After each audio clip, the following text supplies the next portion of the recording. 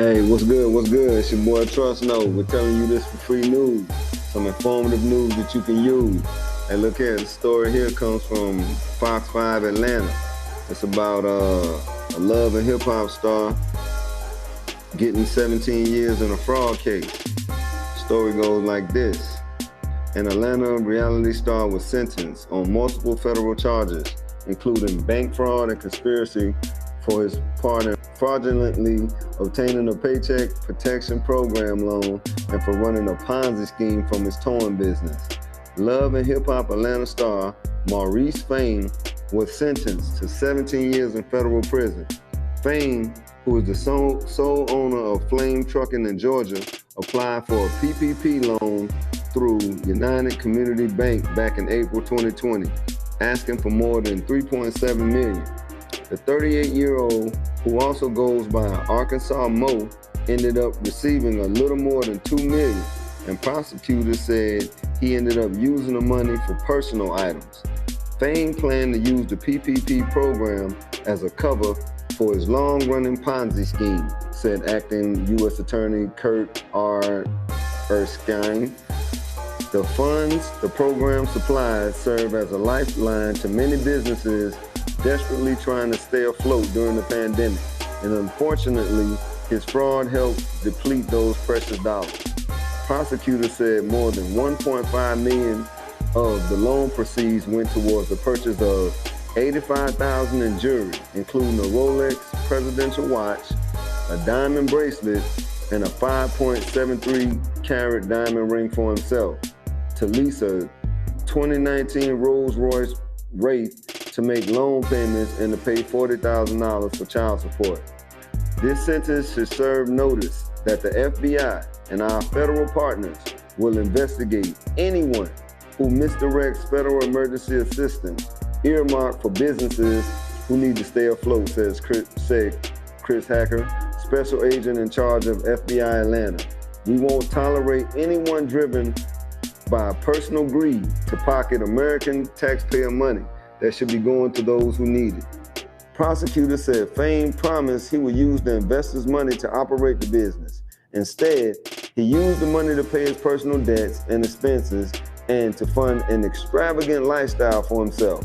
During the scheme, Fayne spent more than $5 million at a casino in Oklahoma. In addition to the 17 years in prison, Fayne faces 5 additional years of probation and must repay nearly $4.5 million to his victims. Fayne was convicted May 11th of conspiracy and wire fraud related to a Ponzi scheme and bank fraud, and making false statements to a financial institution. Check this shit out, y'all. I know a lot of people, man, since this pandemic was going on, a lot of people was in desperate need for a couple of dollars, you know what I'm saying? And when the opportunity presented itself and people felt like they wanted to take advantage of going and get the PPP loan. So what I'm saying is, if you did go and touch that money and get that PPP loan, if you didn't do the right thing with that money and you had some type of misappropriation of the funds that you received and you ain't put that and pay your employees, or you didn't put the money the way it was supposed to go, when them people come, they coming, man. This boy just got 17 years, and I don't even think it was for more or less the PPP part of it. He already was running a Ponzi scheme, whatever you want to call it, from 2013 to 2020. That's a 7-year run. Then he doubles back and goes and get the $2 million from the PPP loan. Instead of going to buy some land, or instead of going to buy some houses, or instead of going and do something righteous with the money, which he did pay the child support. So I salute the guy for that, with the 40 bands. This man went to the casino, $5 million over here, $85,000 on some jewelry. He ain't think about buying the Wraith, he leased the Wraith. Why not buy the car? You got the money, you understand what I'm saying? it's certain choices and decisions need to be made when you touching that money, or you trying to make yourself look good and you trying to shine for the world. You already on TV. But love and hip hop ain't paying no money? I don't know. But my thing is this, back to the regular average people that took that money. You wanna end up like this guy?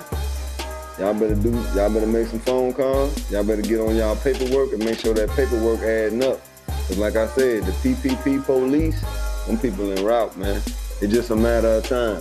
So if you was one of those people that took that money, Lord, I pray for you, dog. And make sure you did the right thing, cause they coming.